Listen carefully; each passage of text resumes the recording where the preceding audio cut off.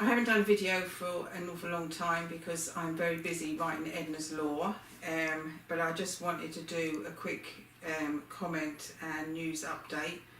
To be quite honest, CQC and the propaganda that they churn out will have to constantly rectify the facts, but I want to talk about 4 main subjects today.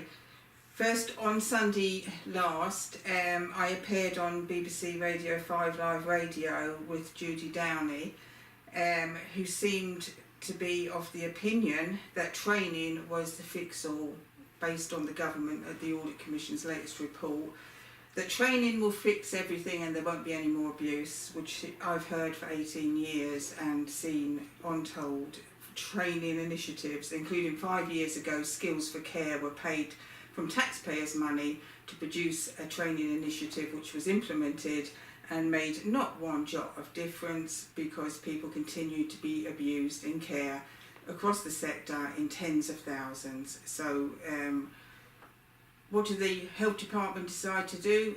We'll give Skills for Care some more money and then come up with another useless piece of crap, which is basically another waste of taxpayers' money.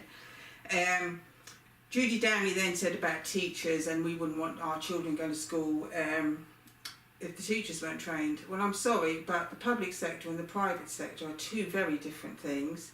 Of course, we do deal with whistleblowers, from the Whistler, from the education sector, but it's a totally different area to care. There can be no comparisons made between public and private sector and between education and care.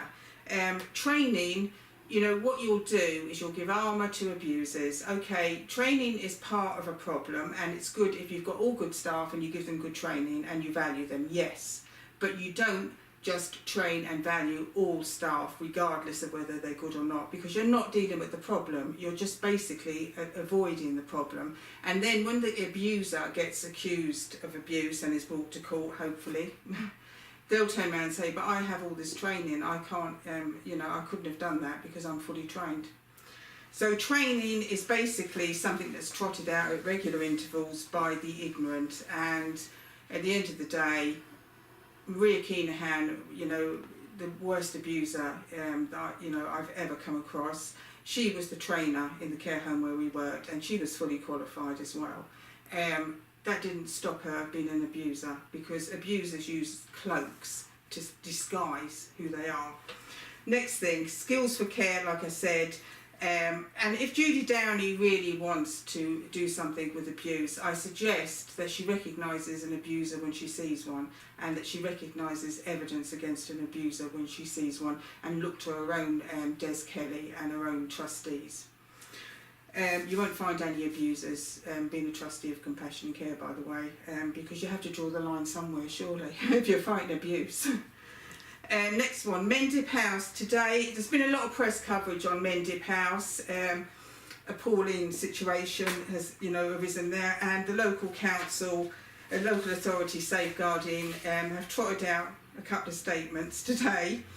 I read, the scattered knowledge arising from incidents was collated as an incubation of failures on harmful practices which became apparent. Scattered information. There's whistleblowers that have gone to the local authority and lost their jobs and risked doing so, and they've scattered their information. Basically, they've thrown it in a drawer, the same as with Winterbourne View, where RFOI showed it went back years earlier, where staff were blowing the whistle again and again. It's a shame Somerset Council has to word this information was all over the place, and once they looked at it, they realised there was a problem.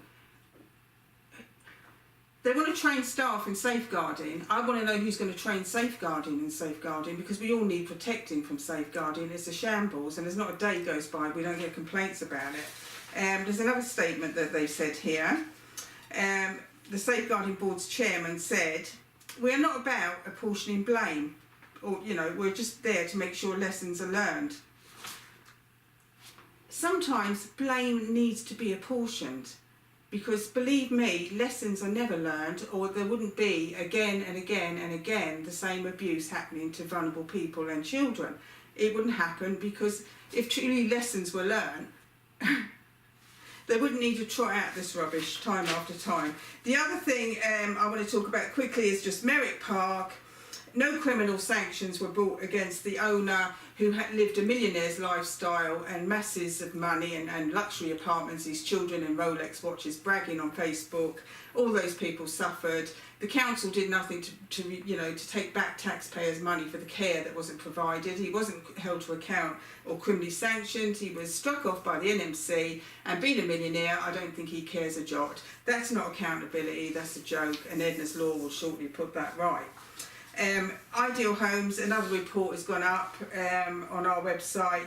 The Ideal Conceal, which is the registration scam which has concealed information from the public about bad homes and how long they've been bad. It continues unabated, and meanwhile Jeremy Hunt does nothing. So therefore Jeremy Hunt has got to go, is all I can say, because at the end of the day, you know, what you've trotted out about social care so far, Mr. Hunt, you should be ashamed of yourself, because it is absolutely a joke and a half.